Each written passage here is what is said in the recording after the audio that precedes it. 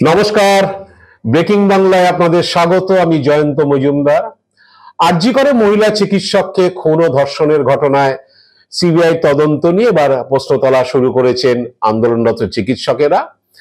কারণ হচ্ছে সিবিআই তদন্তে বেশ কিছুদিন তারা সময় পেয়েছে, কিন্তু সেই তদন্তে এখনো পর্যন্ত আন্দোলনরত চিকিৎসকরা তারা মনে করছেন যে তদন্ত তেমন কিছুই এগোচ্ছে না। ইতিমধ্যেই তাদের আন্দোলনের যে মঞ্চ, সেই মঞ্চ থেকে স্লোগান ওটাও শুরু হয়েছে যে তদন্ত এত দেরি কেন, সিবিআই জবাব দাও। তো ফাইনাল ইয়ারের এক ছাত্র আরজি করে মেডিকেল কলেজের অয়ন কান্তিবালা, তিনি সংবাদ মাধ্যমকে জানিয়েছেন যে আমরা পুলিশের তদন্তে সন্তুষ্ট ছিলাম না, আমরা বিচার বিভাগীয় তদন্ত চেয়েছিলাম, কিন্তু সিবিআই এসেছে এখন তদন্ত করতে, কিন্তু বেশ কয়েকদিন হয়ে গেল সিবিআই এর তদন্তে কোনো অগ্রগতি আমরা দেখতে পাচ্ছি না, আমরা বিচার পাচ্ছি না। তাই সিবিআই কে আমাদের সরাসরি প্রশ্ন যে তদন্তে এত দেরি হচ্ছে কেন। এখন এই প্রশ্ন তোলা তারা শুরু হয়েছে, যদিও যেদিন আরজি করে সিবিআই তদন্ত নেয়, তারপরে যেদিন আরজি করে প্রথম তারা তদন্তকারীরা গিয়েছিলেন, শোনা গিয়েছে সেদিনকেই হচ্ছে আন্দোলনকারীদের কেউ কেউ সিবিআই কে বলে দিয়েছিল যে আপনারা কিন্তু বেশি দিন এখানে তদন্তের জন্য নেবেন না, কারণ আন্দোলনকারীদের কাছে একটা হিসেব ছিল যে এ রাজ্যে যেসব তদন্তের দায়িত্ব সিবিআই নিয়েছিল তাতে তার দীর্ঘসূত্রিতা দেখা দিয়েছে এবং সিবিআই সেই তদন্তগুলো দীর্ঘদিন ধরে ফেলে রেখেছে। সেই জায়গা থেকেই বোধহয় আন্দোলনকারীদের কেউ কেউ সিবিআই কে একটা প্রচ্ছন্ন আলটিমেটাম দিয়ে রেখেছিলেন যে তদন্ত নিয়ে বেশি গড়িমসি চলবে না, দ্রুত তদন্ত শেষ করতে হবে এবং তদন্তের ডেডলাইন বেঁধে দিতে হবে। এরকম ধরনের কেউ কেউ সিবিআই এর আধিকারিকদের এরকম কথা বলেছিলেন বলেই শোনা গিয়েছে। তো এখন আস্তে আস্তে তারাও সরব হচ্ছেন, কারণ হচ্ছে দুদিন আগে যখন তারা মিছিল করেছিলেন, স্বাস্থ্য ভবনে গিয়েছিলেন, সেই মিছিলটা কিন্তু শুরু হয়েছিল সিজিও কমপ্লেক্স থেকে, এবং পরবর্তীকালে তারা সন্তুষ্ট না হলে সিবিআই তদন্তে তারা হয়তো সিজিও কমপ্লেক্সে গিয়েই হয়তো তারা আন্দোলন করবেন, কারণ তাদের অনেক আশা ছিল যে সিবিআই এসে কিছু একটা করবে। কিন্তু এখনো পর্যন্ত প্রায় 10 দিন অতিক্রান্ত হয়ে গেছে সিবিআই তদন্ত নেওয়ার পরে। কলকাতা পুলিশ যাকে গ্রেফতার করেছিল তার বাইরে সিবিআই কাউকে এখনো পর্যন্ত গ্রেফতার করতে পারেনি। তদন্ত চলছে দীর্ঘদিন ধরে, টানা 8 দিন ধরে হাসপাতালের মেডিকেল কলেজের প্রাক্তন প্রিন্সিপাল সন্দীপ ঘোষকে ডাকা হচ্ছে, তাকে জেরা করা হচ্ছে সকাল থেকে গভীর রাত পর্যন্ত, কিন্তু এখনো পর্যন্ত তদন্তে নতুন কোনো অগ্রসর কিছু হওয়া যায়নি। এবং যেটা সিবিআই সূত্র থেকে জানা যাচ্ছে যে ইতিমধ্যেই সন্দীপ ঘোষ সহ আরো যাদের যাদের বিষয়ে বিভিন্ন সময় প্রশ্ন উঠেছে, অনেক প্রশ্ন অ্যাকচুয়ালি স্পেসিফিক কোনো লোক মনে হয় করেনি, কারণ হচ্ছে বেশিরভাগ প্রশ্নগুলোই উঠেছে সমাজ মাধ্যম থেকে এবং মিডিয়ার তরফে, যে এরকম আরো অন্য কেউ জড়িত আছে, আরো 4 জন চিকিৎসক ওখানে ছিল, তাদের সঙ্গে তিনি রাত্রে খাওয়া দাওয়া করেছেন, এবং সন্দেহের তীরগুলো মোটামুটি ভাবে মৃত চিকিৎসক, মহিলা চিকিৎসক, তার সহকর্মী বা সহপাঠী, তাদের দিকে উঠেছে। আরজিকর হাসপাতাল কর্তৃপক্ষের বিরুদ্ধে উঠেছে, কলেজ কর্তৃপক্ষ বিশেষ করে সন্দীপ ঘোষের বিরুদ্ধে। এই ধরনের সমস্ত অভিযোগ তোলা হয়েছিল বিভিন্ন সমাজ মাধ্যমে, এবং কিছুটা মিডিয়ারও কিছুটা রোল রয়েছে। তো সেইগুলোরই হচ্ছে খতিয়ে দেখা শুরু করেছিল সিবিআই, কিন্তু এখনো পর্যন্ত 10 দিন অতিক্রান্ত হয়ে গেল, তারা কোনো একটা জায়গায় পৌঁছতে পারেনি। এবং কোনো শেপে না আসা, আমি যেটুকু জানি যে সন্দীপ ঘোষের ফোন, তার হোয়াটসঅ্যাপ, তার ফেসটাইম সমস্ত কিছুই খতিয়ে দেখা হয়ে গেছে, কাদের কাদের সঙ্গে ঘটনার দিন থেকে, মানে যে সময় ঘটনাটা প্রকাশ্যে আসে তখন থেকে তার পরবর্তী দিনগুলোতে তিনি কাদের সঙ্গে কথা বলেছেন না বলেছেন সমস্ত কিছুই খতিয়ে দেখা হয়ে গেছে। চ্যাটফ্যাট যা হয়েছে সেগুলো খতিয়ে দেখা হয়েছে। অন্য সন্দেহভাজন যাদের যাদের কথা বলা হচ্ছে সিবিআই তাদেরও সমস্ত কিছু খতিয়ে দেখে ফেলেছে ইতিমধ্যেই, কারণ তাদের দিল্লি থেকে টিম এসছে হাথরাস কাণ্ডে, হাথরাসের উত্তরপ্রদেশে যে ধর্ষণ খুনের ঘটনা, সেই ঘটনায় যে তদন্তকারী অফিসার তাকে নিয়ে আসা হয়েছে বিশেষ করে এই কি বলে মামলা তদন্তের জন্য।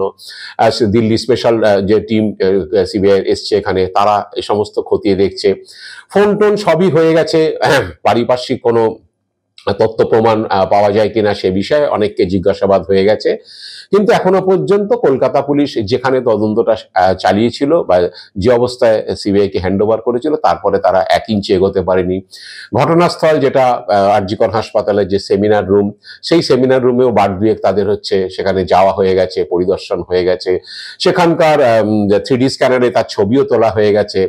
অনেকে রটিয়ে দিয়েছেন যে সেই সেমিনার রুমের পাশের দেওয়াল ভেঙে দিয়ে কি বলে ঘটনাস্থল যেটা পিও যেটা সেটাকে নষ্ট করার চেষ্টা হয়েছে। আসলে কিছুই হয়নি, সিবিআই আধিকারিকরা সেখানে ঘুরে এসছে, সেখানে 3D স্ক্যানারের ছবিও তোলা হয়ে গিয়েছে। কিন্তু কোনো দিক থেকে সিবিআই কোনো 1 ইঞ্চি তারা এগোতে পারেনি। এখন তাদের শেষ ভরসা হয়েছে, সেটা হচ্ছে পলিগ্রাফ টেস্ট। আপনারা জানেন ইতিমধ্যে কলকাতা পুলিশ যে অভিযুক্তকে গ্রেপ্তার করেছিল সেই সঞ্জয় রায়ের পলিগ্রাফ টেস্টের জন্য শিয়ালদা কোর্টে আবেদন করা হয়েছিল, সেটা গ্রাহ্য হয়েছে, মঞ্জুর হয়েছে।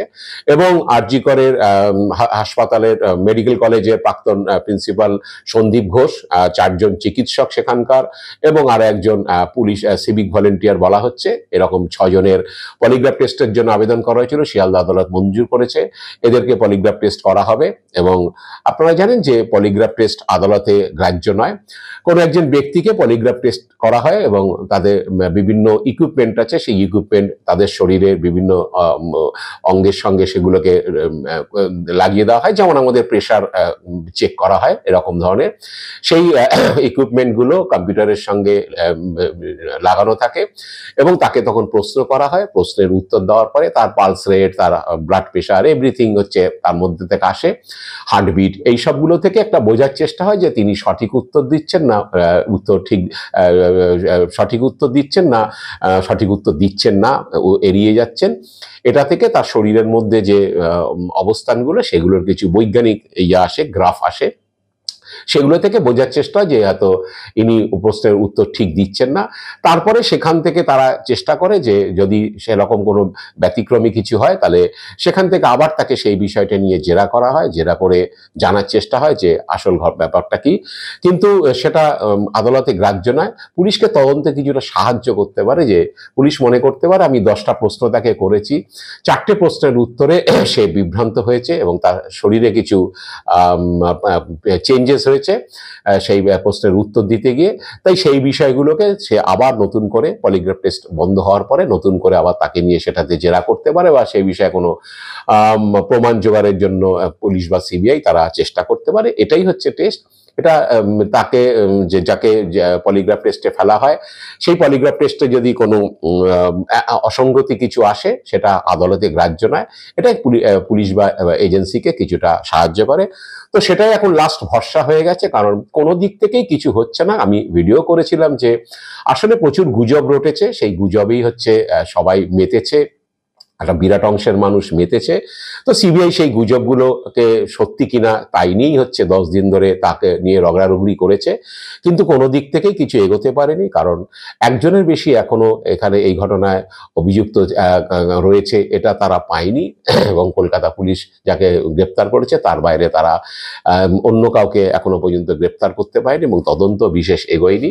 এবং সুপ্রিম কোর্টে একটা বিভ্রান্তিকর কথা সিবিআই হয়ে বলেছেন অ্যাটর্নি জেনারেল, যে সব বদলে গিয়েছে, সেসবও কিছু বদলায়নি, সবই ইনট্যাক্ট আছে। সিবিআই সেটা জানে।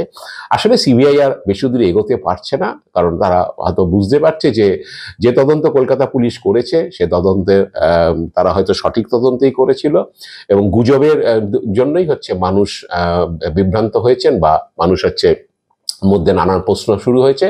তো সেই গুজবের কিন্তু নিরসন সিবিআই করতে পারেনি। যে প্রশ্নগুলো উঠেছিল বিভিন্ন ফেসবুক বা সমাজ মাধ্যমে বা মিডিয়ার একাংশ সেটা করেছিল, তার নিরসন সিবিআই করতে পারেনি। সিবিআই সেগুলোকে ব্রেক করতে পারেনি। ব্রেক করে নতুন কোনো লোক এখানে যুক্ত, তারা এই মার্ডারের সঙ্গে যুক্ত, শুধুমাত্র সঞ্জয় রায় নয় অন্য কেউ আছে, সেগুলো তারা এখনো পর্যন্ত করতে পারেনি। বা এটাও করতে পারেনি যে সঞ্জয় রায়কে কাউকে বাঁচানো বা আড়াল করার করার জন্য সঞ্জয় রায়কে ভুল লোককে গ্রেপ্তার করেছে কলকাতা পুলিশ, সেটাও তারা প্রমাণ করতে পারেনি, কারণ সঞ্জয় রায়কে তারা 10 দিন হেফাজতে রেখে জিজ্ঞাসাবাদ করেছে এবং শুক্রবার দিন তাকে শিয়ালদা আদালতে তোলার পরে সেখানে বিচারক তাকে জেল হেফাজতের নির্দেশ দিয়েছে আগামী 6 সেপ্টেম্বর পর্যন্ত।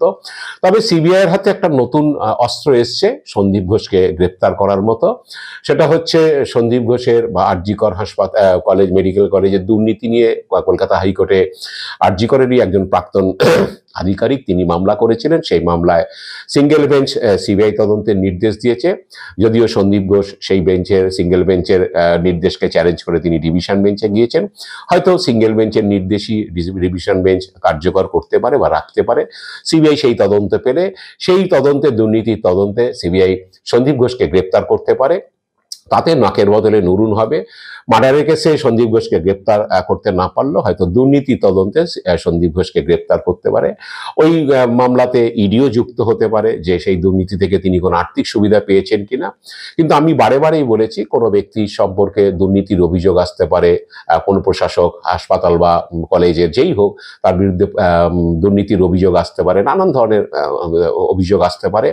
কিন্তু সেই অভিযোগ আসাটা এক জিনিস, একটা লোক তার বিরুদ্ধে কোঠারির অভিযোগ থাকতে পারে, তার বিরুদ্ধে পরীক্ষা দুর্নীতি থাকতে পারে, মেডিকেল কলেজের সমস্ত কিছু থাকতে পারে, কারোকে মহিলা সম্পর্কিত অভিযোগ আনতে পারেন, কিন্তু সেইটা সম্পূর্ণ আলাদা বিষয়। আর খুনের মামলায় কাউকে যুক্ত করার থাকলে তাকে খুনের মামলা সুনির্দিষ্ট অভিযোগ নিয়ে তাকে সেই মামলাতে বুকড করতে হয় বা গ্রেপ্তার করতে হয়, সেটা ব্যাপারটা সহজ নয়। সেই জন্যই বলছি যে দুর্নীতির মামলায় সিবিআই যদি সেই মামলার তদন্তভার পায়, সন্দীপ ঘোষকে হয়তো সেই মামলাতে গ্রেপ্তার করতে পারে। তাতে সিবিআই কিছুটা অন্তত, বা সিবিআই বা যারা সন্দীপ ঘোষের গ্রেপ্তার চাইছেন, যারা মনে করছেন যে সন্দীপ ঘোষ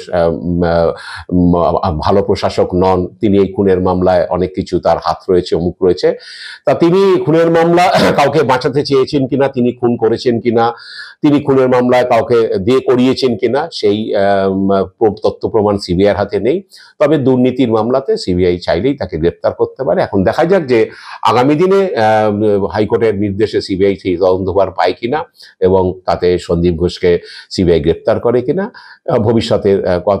ভবিষ্যতের কথা হয়তো সিবিআই পেতে পারে।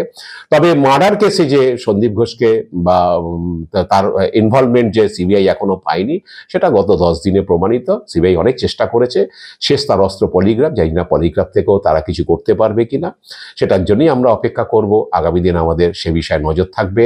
আজ এ পর্যন্তই। আপনারা ভালো থাকবেন, সুস্থ থাকবেন। নমস্কার।